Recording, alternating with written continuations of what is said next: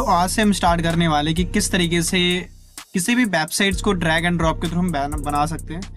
तो सबसे पहले हम ये जानेंगे कि किस तरीके से जो वर्डप्रेस है वो क्या है। तो हमने यहाँ पे जैसे सर्च किया व्हाट इज वर्डप्रेस। तो वर्डप्रेस जो है वो फ्री है और वो ओपन सोर्स CMS बेस्ड है। तो बेसिकली CMS क्या होता है, जैसे हम ड्रैग एंड ड्रॉप के थ्रू इजीली वेबसाइट्स बना सकते हैं। इसके अलग अलग फीचर्स है, जैसे इसके अंदर थीम इंस्टॉल कर सकते हैं, इसके अंदर प्लगइन्स कर सकते हैं जहाँ पे हम ड्रैग एंड ड्रॉप के थ्रू इजीली बना सकते हैं। ठीक है, सिंपल एडिटिंग है और ये इजी टू यूज़ है, यूज़र फ्रेंडली है। ठीक है, और ये 2023 में आया था ये। तो बेसिकली हम इससे ड्रैग एंड ड्रॉप के थ्रू इजीली वेबसाइट्स बना सकते हैं। अब इसे इंस्टॉल करने के लिए हमें दो चीज़ होना चाहिए। जो वर्डप्रेस है उसके लिए हमें सर्वर होना चाहिए। तो फिलहाल के लिए अभी जो है हम सर्वर नहीं खरीदने वाले। तो हमारे पास कुछ ऐसे सॉफ्टवेयर आते हैं जिससे कि हम इंस्टॉल करके अपने वर्डप्रेस को चला सकते हैं। तो कभी ना कभी आपने जैम के बारे में ज़रूर सुना होगा।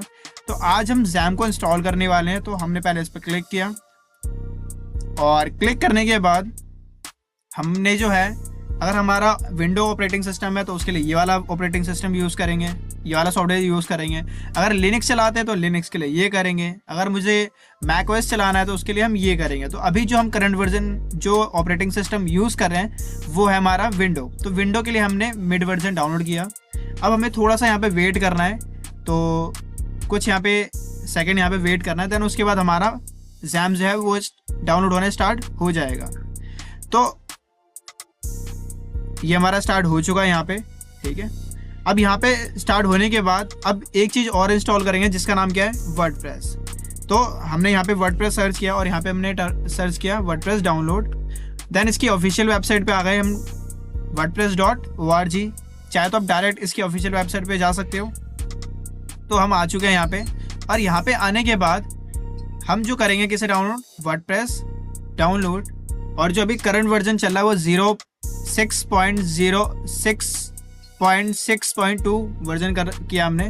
और ये हमारा लगभग हमारा हो चुका है। ठीक है, तो अब मुझे क्या करना है, इस वाली फाइल को रन करना है। तो रन करने के लिए हम या तो विंडो E प्रेस कर सकते हैं और E प्रेस करने के बाद यहाँ पे इस तरीके का एक आइकन शो होगा। ठीक है, तो कुछ जूम भी कर सकते हैं इस तरीके से। तो मैं थोड़ा सा जूम कर लेता हूँ। जूम करने के बाद कुछ ऐसा हमें जैम दिखेगा। तो डबल क्लिक करना है और डबल क्लिक करने के बाद यहाँ पे हमें यस करना है और थोड़ा सा यहाँ पे वेट करेंगे।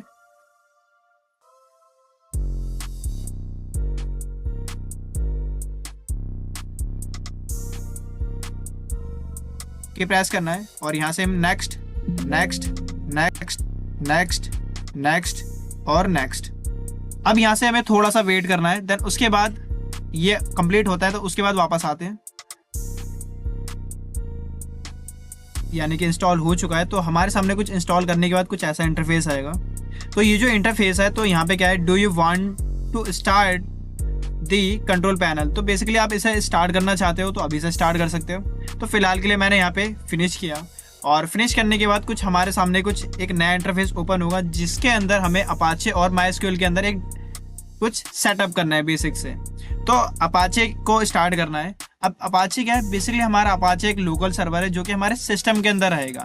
ठीक है, अब जब भी हम कोई सर्वर खरीदते हैं ना इंटरनेट से, तो वो सर्वर हमारा ऑल ओवर वर्ल्ड के अंदर हमारा अनेबल होता है। जब भी हम किसी वेबसाइट को सर्च करते हैं तो वो वेबसाइट हम कहीं से भी एक्सेस कर सकते हैं। लेकिन ये जो सर्वर है, ये सर्वर हमारे सिस्टम के अंदर ही रहेगा और ये हमारी वर्डप्रेस चलाने में हमारी हेल्प करेगा।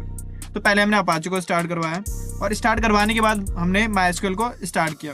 अब जो MySQL है, तो MySQL बेसिकली यूज़ किया जाता है किसी भी डेटा को स्टोर करने के लिए। यानी कि हमारा जो वेबसाइट का जो डेटा है वो कहाँ पे स्टोर होगा, तो वो जो स्टोर होगा वो हमारा MySQL के अंदर होगा।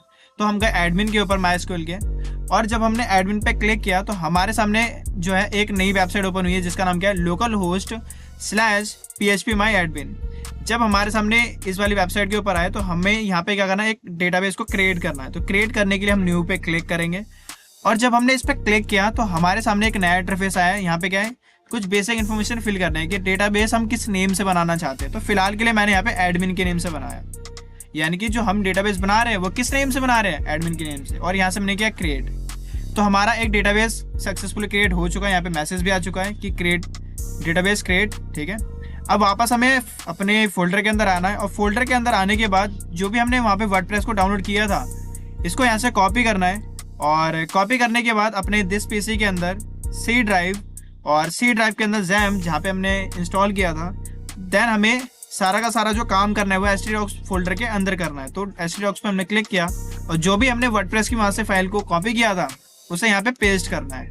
पेस्ट किया हमने यहाँ पे, और इस फाइल को राइट क्लिक करके हमने एक्सट्रैक्ट ऑल किया, और लोकेशन हमें यही रखनी है। अगर चाहते हो आप लोकेशन चेंज करना तो वो भी कर सकते हो। तो हमने यहाँ से डायरेक्ट एक्सट्रैक्ट हेयर करा।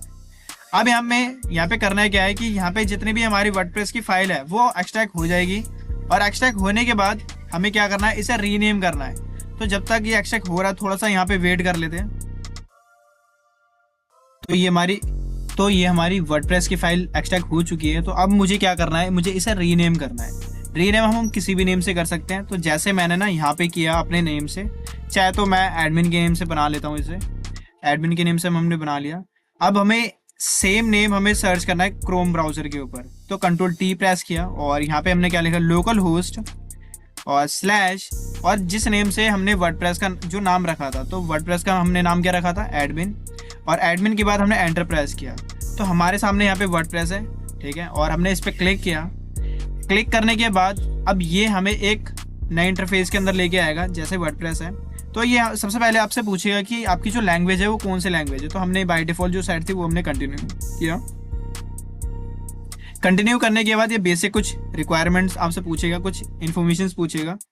तो जैसे आपका जो डेटाबेस का नाम है वो क्या है, एडमिन। वो हमने कहाँ पे रखा था, वो हमने रखा था यहाँ पे जब हम अपने डेटाबेस का सेटअप कर रहे थे। तो यहाँ पे हमने क्या रखा था, एडमिन। तो वही नेम यहाँ पे रखना है। यूजर नेम हमारा बाय डिफॉल्ट रूट रहता है, और हमने यहाँ से सबमिट किया। सबमिट करने के बाद अब हम यहाँ से करेंगे वर्डप्रेस को इंस्टॉल।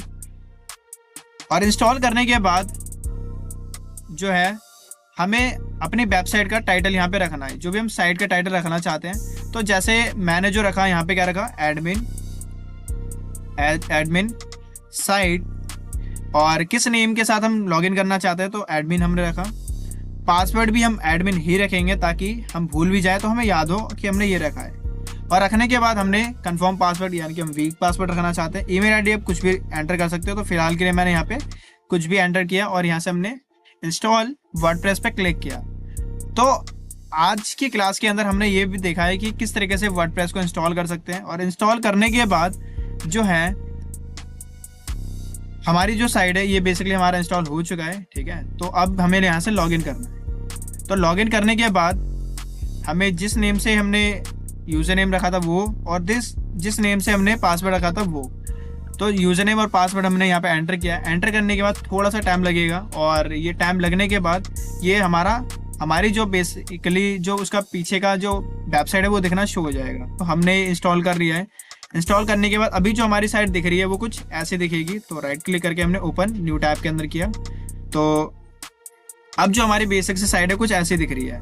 तो सबसे पहले हम अपनी वेबसाइट का ना इंटरफेस थोड़ा सा चेंज करेंगे। तो इंटरफेस चेंज करने के लिए हम आएंगे अपीयरेंस के ऊपर, और अपीयरेंस के अंदर आने के बाद जाएंगे थीम के ऊपर। और बाय डिफॉल्ट हमें 3 थीम मिलती है, जैसे 2024, 2023 और 2022।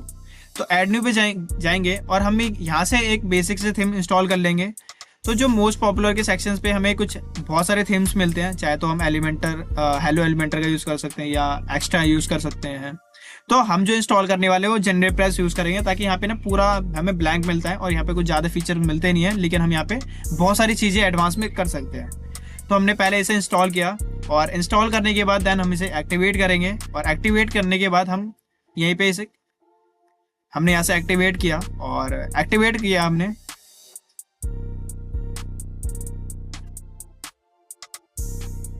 तो एक्टिवेट हमारा हो चुका है, और हम अपनी साइट के ऊपर गए और यहाँ पे हमने पेज को रिफ्रेश किया।